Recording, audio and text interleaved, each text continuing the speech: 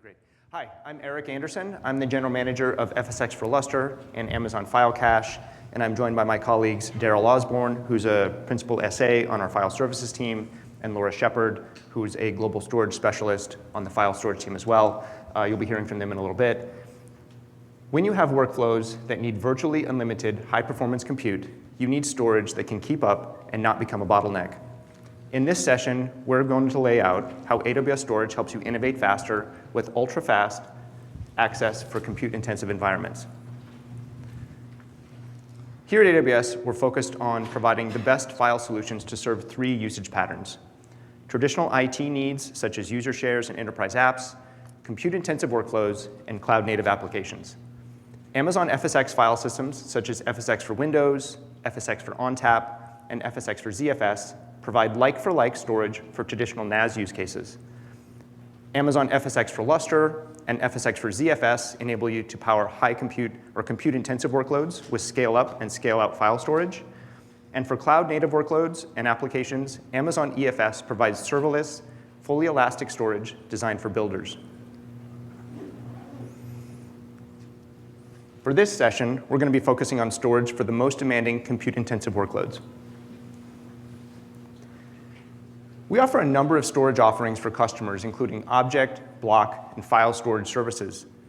Customers often tell us that object storage is the right approach for archive, backup, and for cloud-native applications.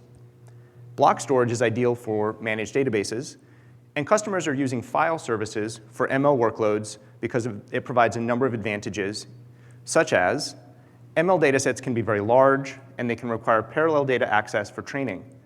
File systems are very well suited for this type of access pattern, as they can distribute data across multiple nodes and allow multiple processes to read and write data concurrently. File systems are also a very familiar and well-understood user experience, which makes them easy to integrate into your machine learning workflows and your data science workflows. File systems provide a natural way to organize data, making it easy to manage and share data between teams and applications. And file systems provide metadata capabilities, such as permissions or timestamping, which can be useful for managing data access in your machine learning workflows. When we talk to customers about running their compute jobs in AWS, they often tell us there's three things that they really like. First, they love the ability to spin up virtually unlimited compute to run workload jobs in parallel and get results faster. The second thing that we often hear is that customers love to get access to that compute in minutes rather than months, and they don't have to spend large amounts of money or make large capital purchases to get access to that equipment. And the last thing that we hear, and it's actually the most interesting, is that migrating from a traditional environment to a cloud-based environment where you have access to virtually unlimited compute really changes how organizations do research. And we have a lot of customers tell us that moving to AWS actually changed how they do their work.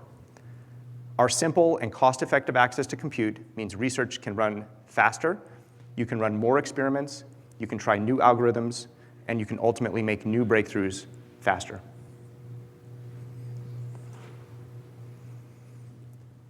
Customers tell us that when they're running high-performance computing jobs in the cloud, they need scalable data access. In an ideal world, your compute is always utilized to its full potential. The more compute you use, the more data access you have. In practice, however, this isn't actually the case. Sometimes you end up with a storage or networking bottleneck, and while your workload can still run, you actually don't get as much value out of all of that compute that you have access to in the cloud. There are two ways that we see customers scaling storage to be able to meet their needs for compute. One is scaling up, and the other is scaling out. Scale-up file systems offer different benefits from scale-out file systems. Scale-up file systems are ideal for small file workloads. They offer multiple gigabits of throughput and sub-millisecond latencies, and they can scale to hundreds of thousands of IOPS. Scale-out file systems provide virtually unlimited I/O. They support hundreds of gigabytes of throughput and millions of IOPS. In a traditional scale-up file system, you have an architecture that looks like this. On the left side, you have a client instance, you have a server, and on the right side, you have a single node file system. When you write data to the file system, it goes from the client to the server to the disk, and when you read that back, it goes in the opposite direction. And that's the architecture. It's very basic, it's very simple, but it really works quite well. Amazon FSx for OpenZFS is our scale-up file system. OpenZFS is a storage service that lets you launch, run, and scale fully managed OpenZF file systems on AWS. It provides the familiar features, performance, and capabilities of OpenZFS with the agility, scalability, and simplicity of a fully managed AWS service.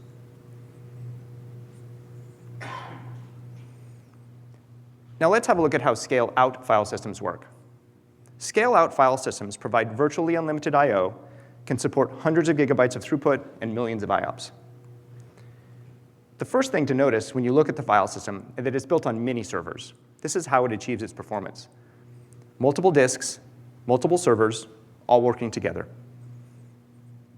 The data in a scale-out file system is automatically distributed across all of these servers. When you read those files, you're getting all of the performance of all of those disks and all of those servers back to your clients. Now, this is a very oversimplified example because you can see here there's only one client, but you could have hundreds or thousands or more of clients all connected simultaneously, all working with the same data sets concurrently. Amazon FSx for Lustre is our scale-out file system. Lustre can scale to hundreds of gigabytes per second of throughput and millions of IOPS. It does this while maintaining sub-millisecond latencies. This means that you can mount large clusters of EC2 on a single file system, and it'll keep up the demand for shared data. We see customers use Lustre for a wide range of applications in financial services, life sciences, oil and gas, and machine learning. Lustre is used in a number of use cases. In high-performance computing, Lustre is often used by manufacturing, life sciences, weather, energy, or entertainment customers who are bursting to the cloud for their compute-intensive workloads. In big data analytics, Lustre is often used as a high-performance storage solution for applications like SaaS Grid, or we have ISVs who build their own analytics as a service offering in the cloud using Lustre. And in machine learning, Lustre is particularly well-suited for enabling collaboration among scientists and builders. And customers tell us that Lustre reduces the cost of compute in distributed machine learning workloads. Customers also tell us one of the biggest benefits of FSx for Lustre is that it's fully managed. What this means is that we operate the service on behalf of customers and ensure that your file systems are secure, available, and high performance to meet your workflow's needs. And of course, FSx for Lustre is integrated with many popular AWS services for security, compute, orchestration, monitoring and automation, data protection, S3, and ML services like SageMaker. So let's talk about the value that Lustre brings to your high-performance workloads. Lustre's architecture provides highly scalable throughput that delivers hundreds of gigabytes of throughput and millions of IOPS.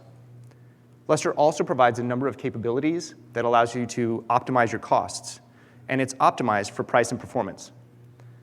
And finally, Lustre integrates natively with Amazon S3 through this fast file interface, which Daryl will talk about later in detail, that allows you to import and export data directly from S3 into your FSx for Lustre file system.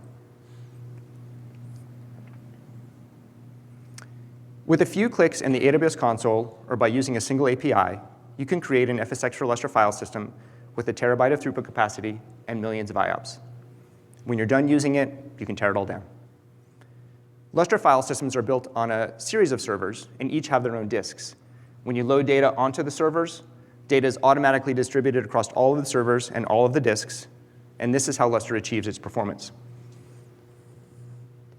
If you've got large files, Lustre can automatically shard or stripe data and then send it across all of the different servers, so that once again, you're getting the full performance, not just on a per file basis, but on a file extent basis, and even on pieces of files. This is at the core of how Lustre delivers its scalable performance. And that performance is in the IOPS, it's in the throughput, and the RAM that you have available for even faster reads.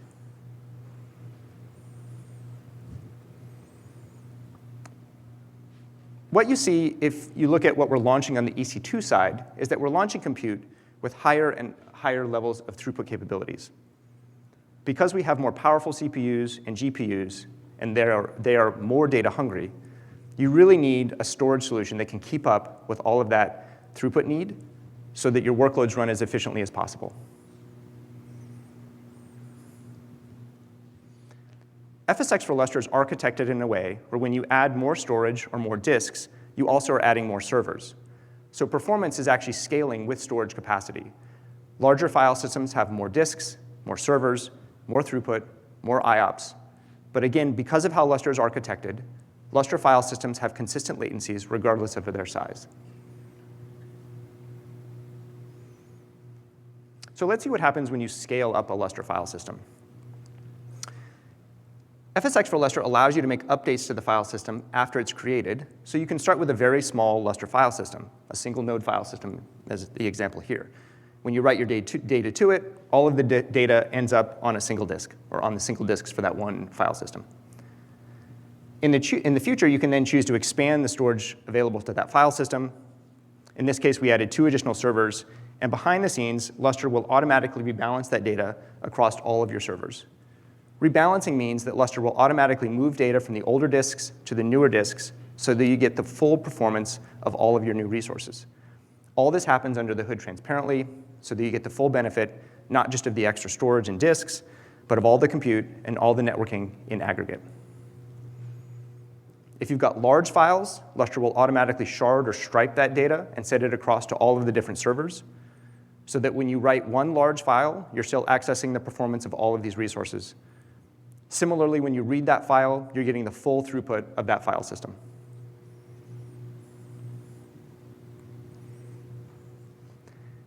FSx for Lustre has several tuning options that are available.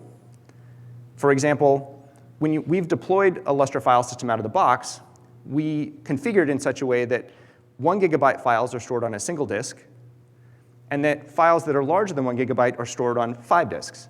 These are the defaults. What we found is that for most customer workloads, this works great. But occasionally, we'll have a customer come to us and say, I work with 1 TB checkpointed files. What should I do?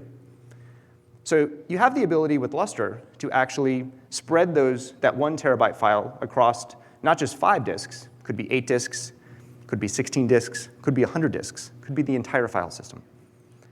The idea is that you get more performance so that if you're trying to read back that terabyte file, you're getting the full performance of all those servers, all those disks, all that network.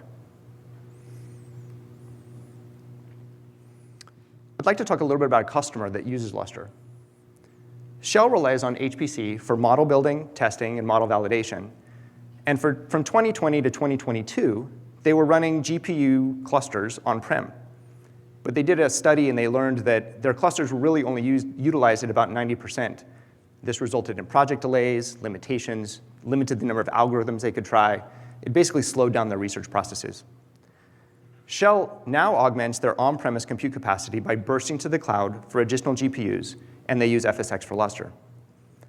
This solution gives Shell the ability to quickly scale up and scale down compute, and they only purchase the compute that they need when they need it. With EC2 and FSx for Lustre, Shell now has on-demand compute with the scale and speed to respond to spikes in demand, and their GPUs are now fully utilized.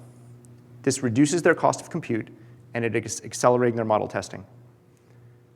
Now I'd like to have Laura join me on stage, and she's going to go deeper into some other features of FSx for Lustre. Can we ask questions? So could we do questions at the end?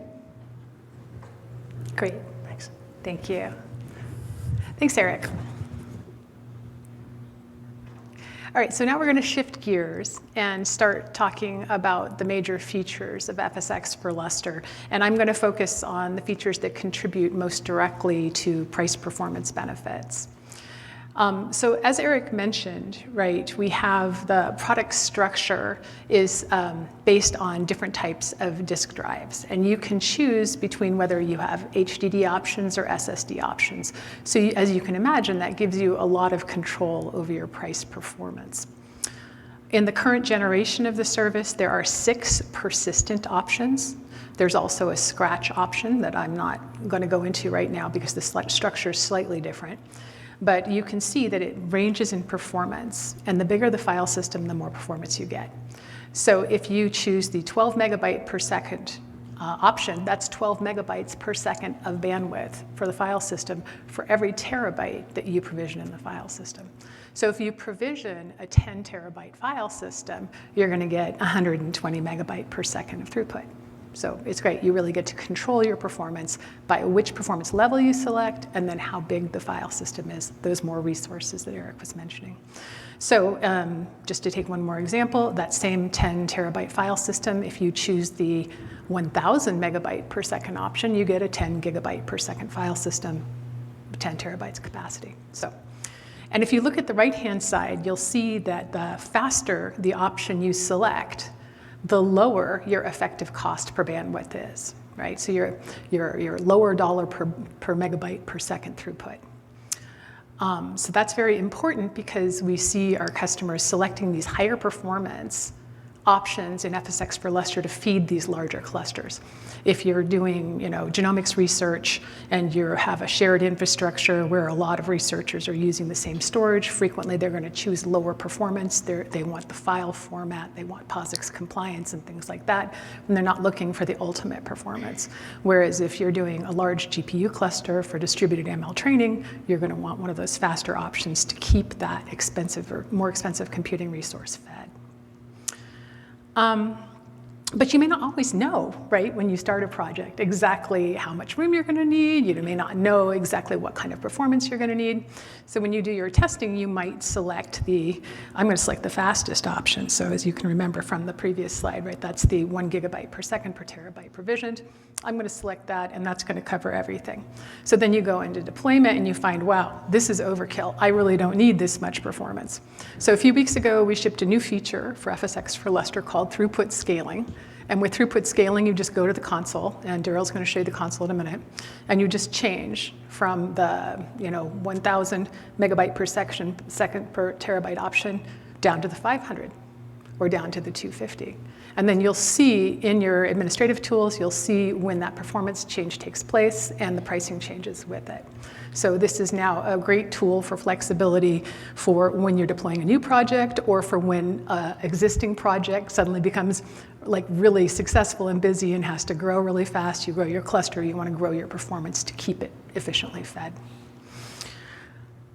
All right, let's change gears a little bit and talk about data compression. This is actually a really important feature for FSx for Lustre because it's a no-cost feature. You just click it when you configure the file system. You say compression on, yes, thank you very much. And it does 3 things for you, right? First of all, it's going to obviously compress your data, so you have less data. So you're paying for less storage, which people like. They like to pay for less storage. Also, because you have smaller amount of data on disk that you're storing, your backups are smaller. So your backups not only cost less, but they're faster, which is also nice. And then the third thing it does is actually, you're going to get a performance improvement out of your file system when it's compressed. And we're going to talk about how we do this in a second, because as you can see, your mileage is going to vary from compression. These are customer examples and internal testing represented here over various different data types. Some people are doing compression at the application level or have less compressible data, and they're going to get lower than 50%. Some people have highly compressible data and are only compressing it at the file system level, and they're going to get much higher percent of compression. But across the whole service, it's typically about 50%. And you tend to get a performance improvement as well, and the performance improvement tends to be about equal to the percentage of compression you get. We'll go into that in a minute. All right, so we'll take a little deeper look. So the file system, as Eric mentioned, right, this is combined a number of things. The file servers, the clients, high performance memory on the file server side, high performance networking, and then that HDD or SSD disk drive, depending on the option you've selected. So we're using the LZ4 algorithm for compression. It's really designed to deliver high levels of compression without negatively impacting performance. And we implement that between, I'm going to go forward through the animations a little bit here. So we implement that between the cache and the disk storage.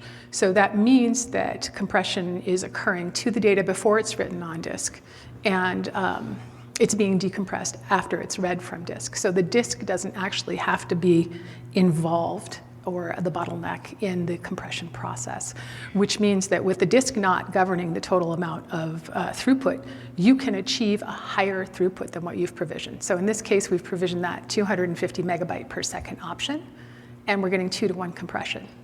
Getting 2-to-1 compression, we're getting 2x the performance from a bandwidth from our file system. So this is a great way to improve the performance and decrease the cost of the file system. And again, it's a no-cost option with one-click configuration in the console. So please, when you provision your FSx for Lustre file systems, turn on compression. All right, a quick word on backup. We have AWS backup. This is a service that backs up all of our other services. But if you want to use backup that is local to the file system, there is a backup option just for FSx for Lustre. And it's very efficient, it's very cost effective. The file system data is captured in seconds. You only have to provision, you only pay for the storage that you use for the backup. Every subsequent backup is incremental only, so it's very fast and takes very little space. And data is transferred across multiple AZs using free incremental bandwidth, and it supports cross-region and account backup. So it's a good option to know about. So compression and backup.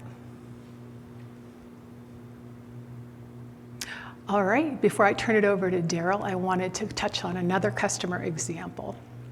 And I love this one. This one is how Netflix is using FSx for Lustre in a distributed machine learning training environment. So they have a very large-scale distributed training environment for their own ML media models, which they use to generate the thumbnails and the previews for thousands of videos and millions of clips. In their training environment, they noticed that in their GPU clusters, they were having about 40% idle time. And when you think about, you have hundreds or thousands of cores hitting this data, and you have 40% idle time, this is something you want to optimize away, right? Get that efficient use up. So they started diagnosing what are the problems with this. And they found that there were really two main culprits that were causing that idle time. And the first was they had some inefficiencies in their preprocessing pipeline. And the second one was they were spending a lot of time waiting for data to copy from their data lake to their node local storage. So they were using a combination of instance store, which is a node local NVMe storage associated with each instance, and EBS, Elastic Block Store, which they could provision volumes of EBS tied to each one of the instances. So they were spending a lot of time waiting for data to copy from their data lake into their working data set in their node local storage. So these two things were what were causing most of the GPU idle time while the GPUs were waiting for this data. And so what they did was two things.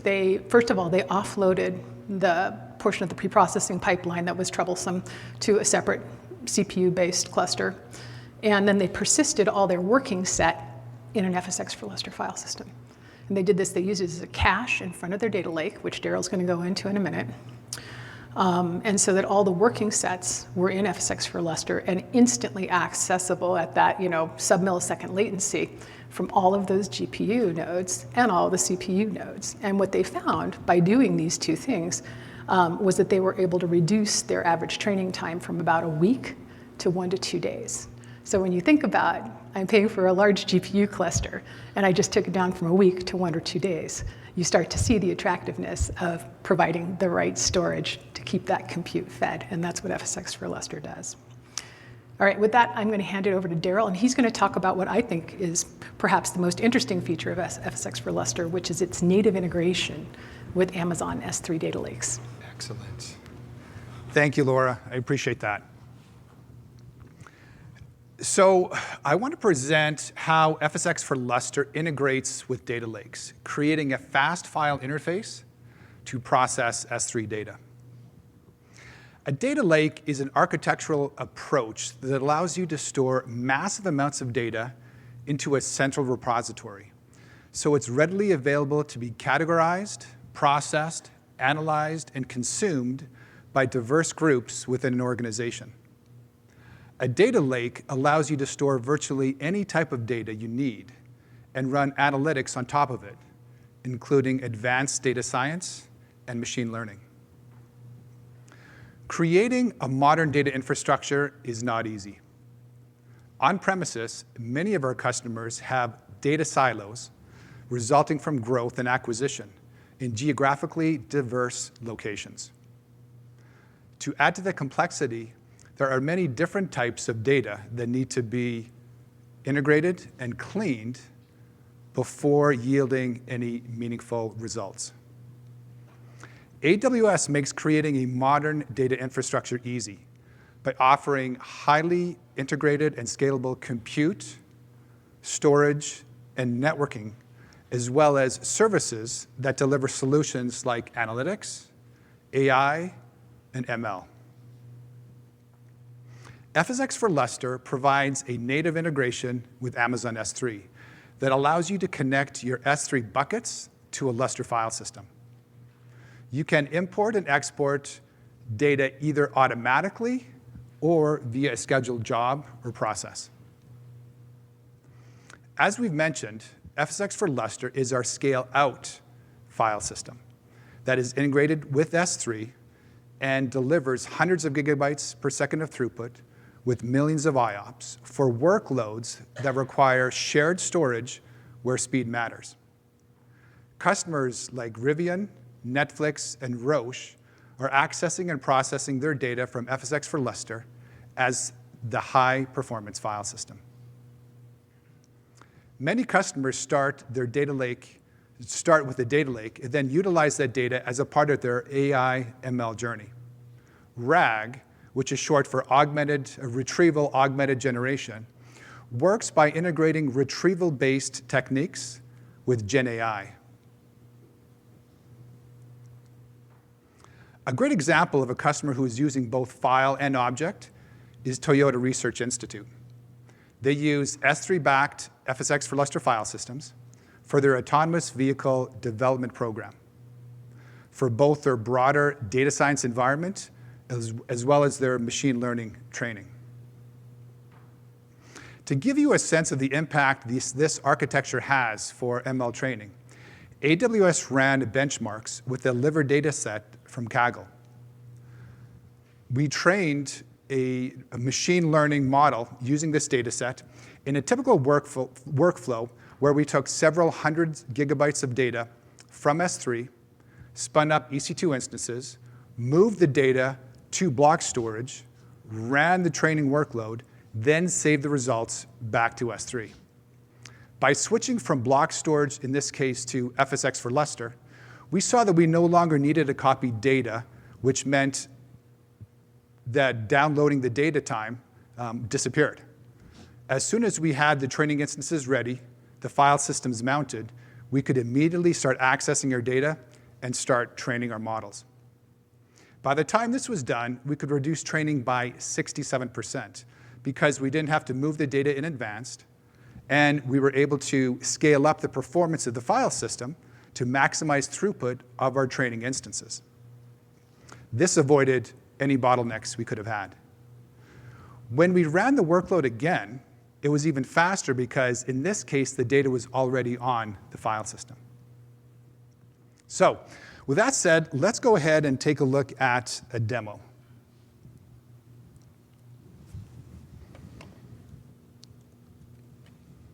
Okay, so in my demo environment, I used AWS Parallel Cluster to spin up a 40-node compute cluster. I also have a head node, and all of these instances are connected or have the FSx for Lustre file system mounted. This FSx for Lustre file system has two DRAs, or data repository associations, which are associations with an S3 bucket, two different prefixes. When an FSx for Lustre file system is created, the resources used by FSx for Lustre are created within an Amazon FSx account in a separate VPC. These resources are made available to you via an ENI that resides in your subnet. So that's how you gain access to these resources that are now fully managed within an AWS account. All right, so let's go ahead and switch over to my demo environment. And this is two separate SSH connections to the same head node. If we take a look at the mount, how it's mounted to this instance, we see that it is mounted as /FSX. And if we just do a quick find, we know that from that mount point, we have a couple of subdirectories. The ones that we're going to be dealing with mostly is this one here, the BCSD directory, subdirectory, as well as the small file auto directory. Okay, next thing we want to do is we just want to go ahead and take a look at this BCSD directory. So I just did a tree against this directory. It has 7,134 files, and it uses 9.6 terabytes of storage. That's how large these files are.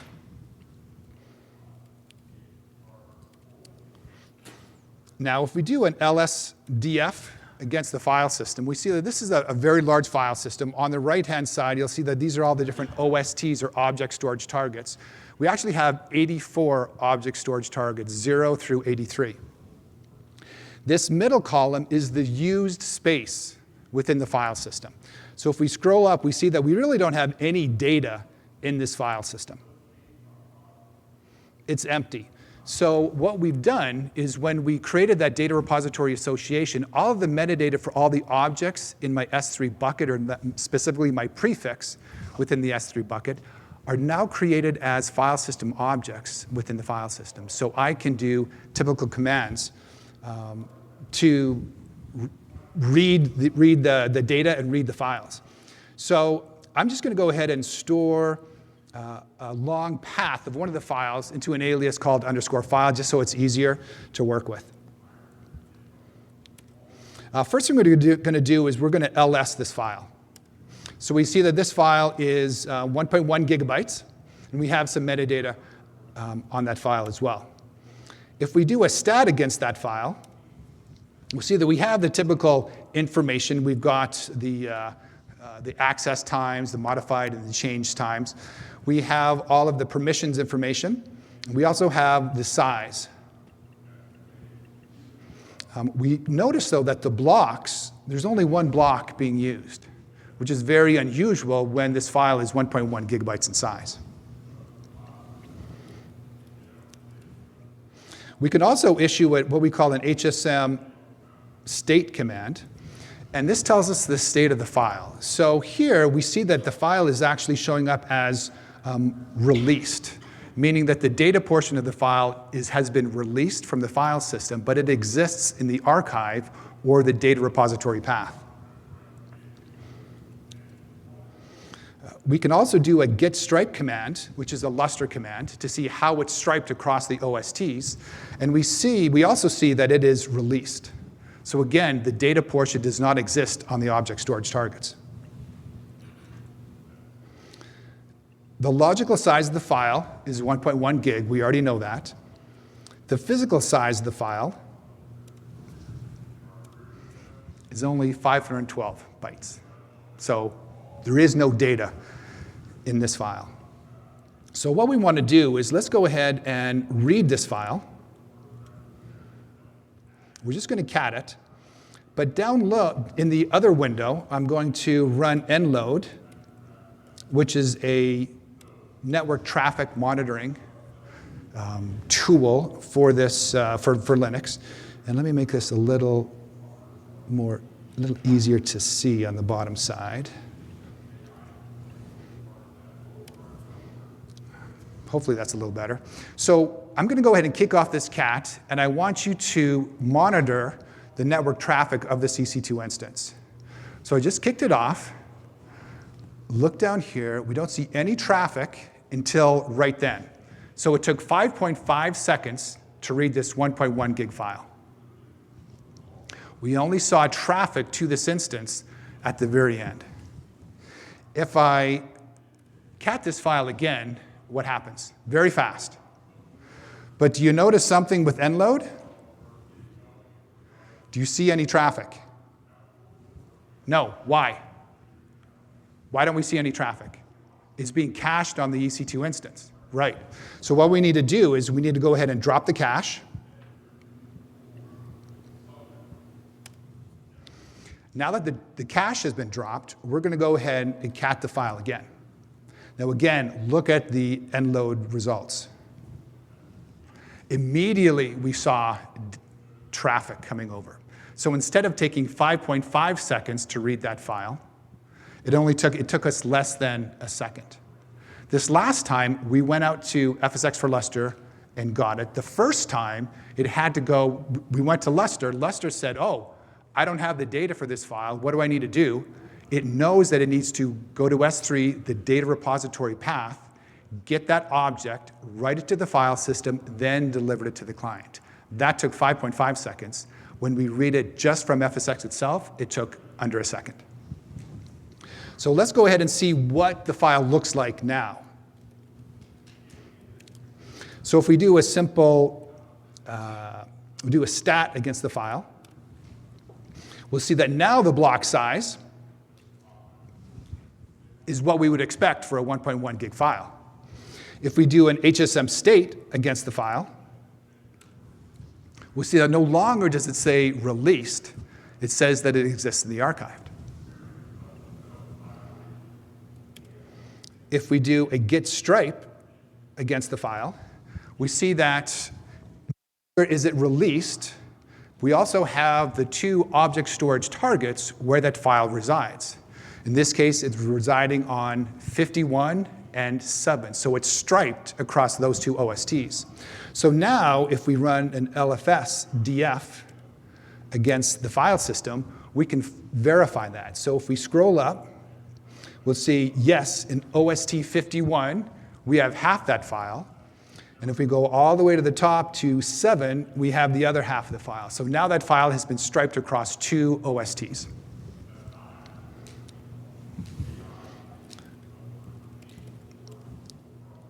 We can verify just again the physical size of the file, and it is 1.1 gig instead of 512 bytes. So let's say that we're done processing the data. We don't need this anymore. We don't want to delete the file because we want to pull it down again when we need to, but we just want to free up that space. So what we can do is issue what we call an HSM release against that file. Now we've released the data portion of that file. If we run a stat against the file, we see that now the block count is down to 1. The HSM state is now going to show released. We can look at the LFS df, and we notice that no longer does 51 have the data portion of that file, and 7 won't have that either. So now the data portion of that file has been released from the file system. Let's say instead of reading the file, we just wanted to preload the file. We didn't want to read it. We just wanted to tell FSX for Lustre to go out, get that object, store it in the file system, because later on we're going to be doing a big, heavy read operation, and we don't want that added latency to get that object from S3, or to get the data from S3 to impact our processing job. So what we can do is issue what we call an HSM restore. So an HSM restore, you notice down here, none of the data transferred through this EC2 instance. It just went from S3 to FSX. Now if we stat the file, it's going to be very similar to when we read it. Block count is what we would expect. The HSM state does not show that it's released. And the git stripe now is going to show that it's now striped across two different OSTs, 25 and 59.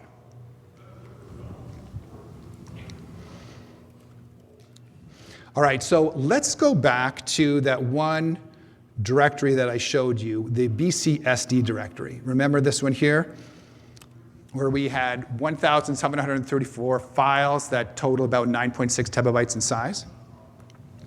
What we're going to do is we're going to find the HSM state of all the files in this directory.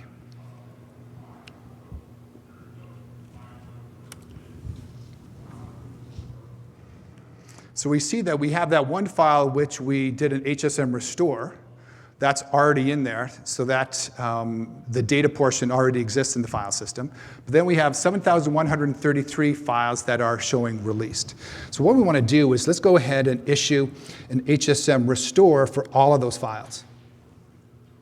Now you notice the end load only works for where you see traffic for a few seconds, less than 4 seconds. So it's basically issued that HSM restore command to the file system.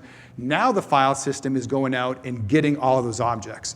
So if we issue that HSM state again for that subdirectory, now we've already pulled in roughly 313, 314 files or objects, the data portion from S3 into the file system.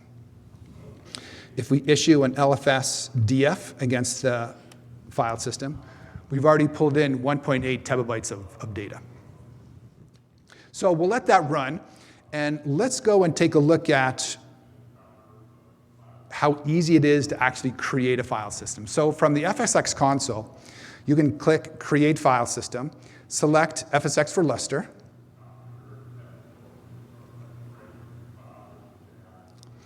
and we have the different deployment and storage types that Laura talked about. So we have persistent SSD, persistent HDD.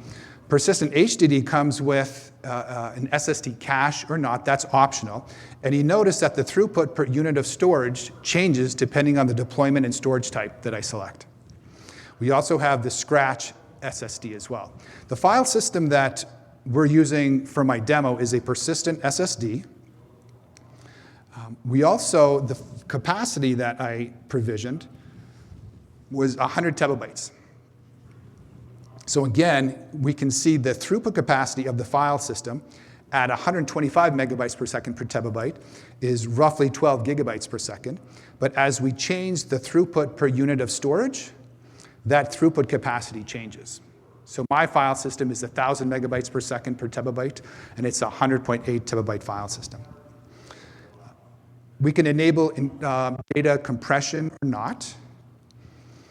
We can also select the VPC where my file system will reside, the VPC security groups that will be assigned, as well as the subnet where my file system will reside. All the data is encrypted at rest by default, so you can use an AWS managed CMK or a customer managed CMK.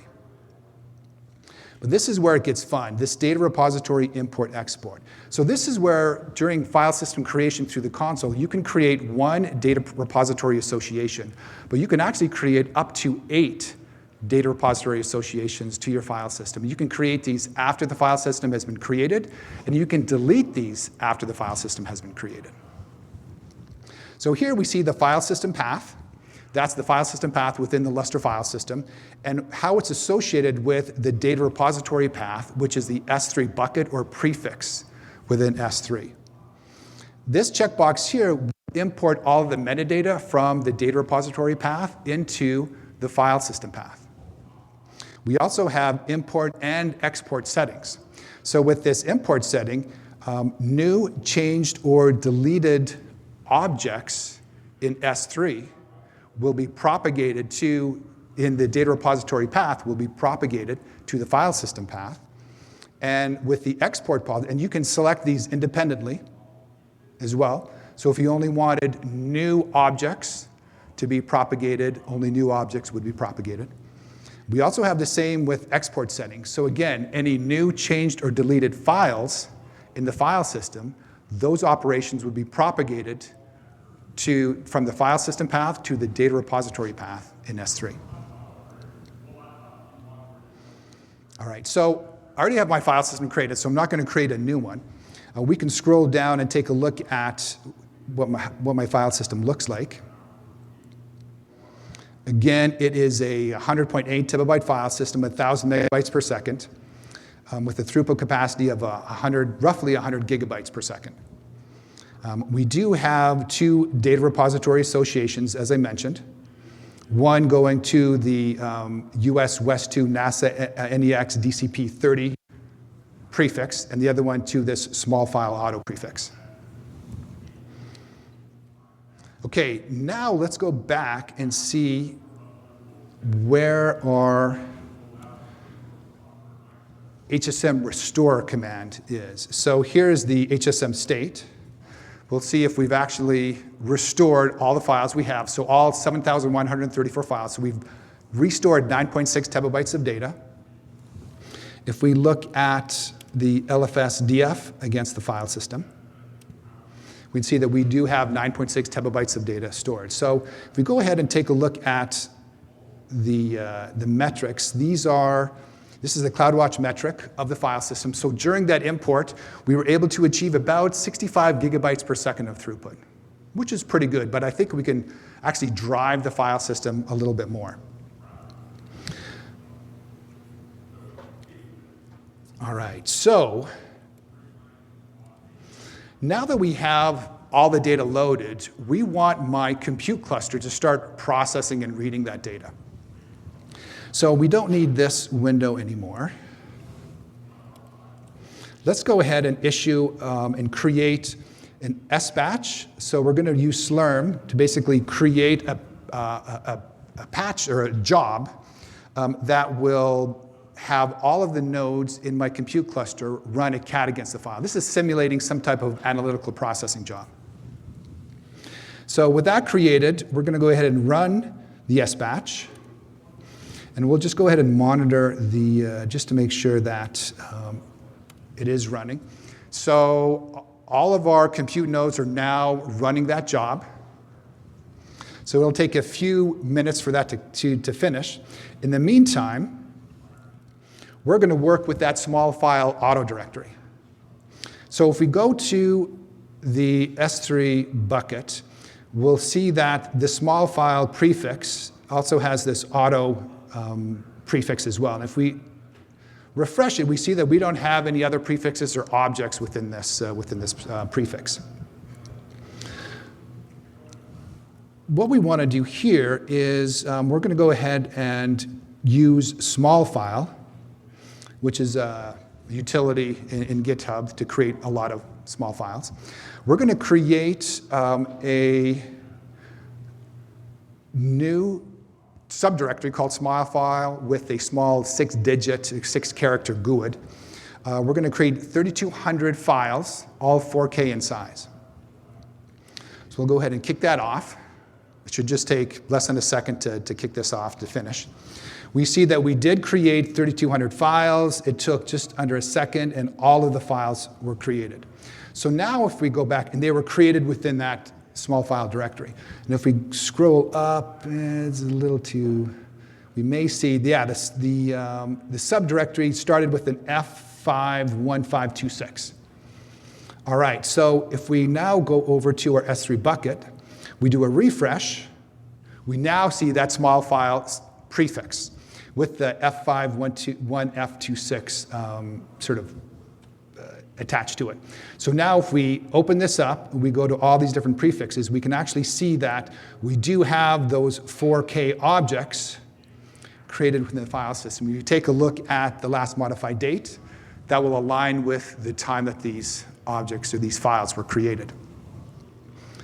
Now, let's go ahead and append some data. We're going to make some changes. So we created a new file. We're going to make some changes.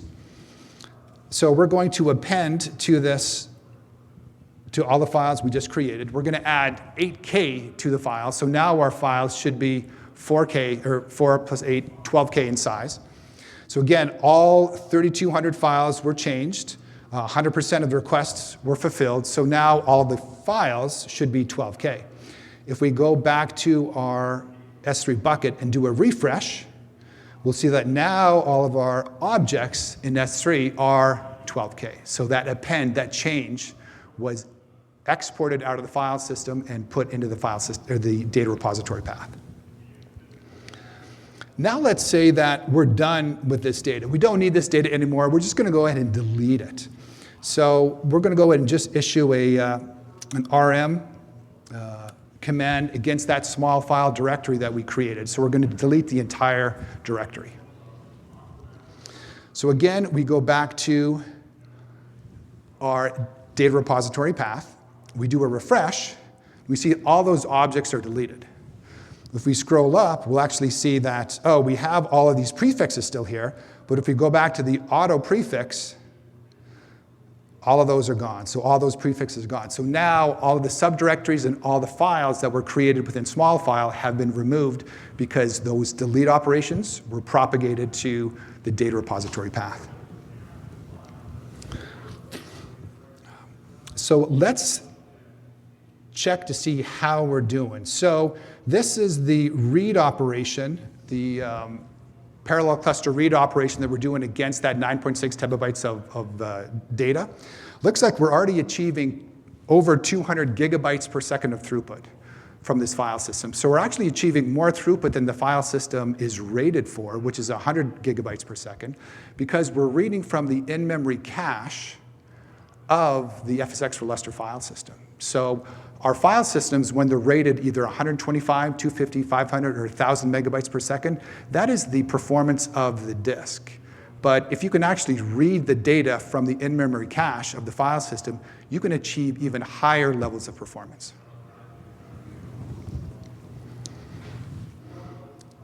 All right, so now that let's say we're done processing this data, we're going to go ahead and cancel our SQ job. So we're going to go ahead and tick this off. And all of them should be finished. So now all of my compute nodes are done reading the data. What we want to do, and we still see that we do have 9.6 terabytes of data still in the file system. What we want to do is we want to release all of that data. So instead of issuing an HSM release command, we can actually go to the console or using the FSX API to release all of the files within this directory. We can also optionally include the number of days that it hasn't been accessed for. So let's go to the console. We'll select the data repository association. We'll select the association that we want to release from. We'll select actions, release task. And here we're going to basically release all the data within that path. We're going to put the minimum duration since last access to 0, so it's going to start releasing the data right away. So we'll create that task. This task just takes a few seconds to create. If we scroll to the bottom of the FSX console, you'll see a data repository tasks section. If we refresh that, we should see another task being executed. So this is the release data from file system task that's being executed. After just a few seconds, that should be completed. Still executing, but we'll go back to our console or our SSH session. And let's take a look at the HSM state of this directory. We'll see how the 7,134 files have now all been released. If we do an LFS DF against the file system, now the 9.6 terabytes has been released. So now it frees up space for another job to start running, preloading the data in, running the job, and then they can release that. So these file systems can be associated with a much larger S3 bucket or prefix, and only pull in the data that you need to when you need it.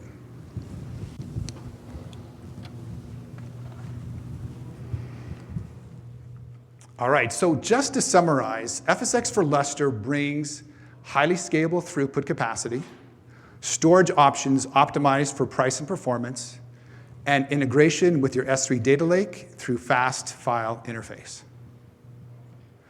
You can continue your AWS learning by going to aws.training/storage to set up a training plan, as well as to earn badges in file, object, and other storage platforms.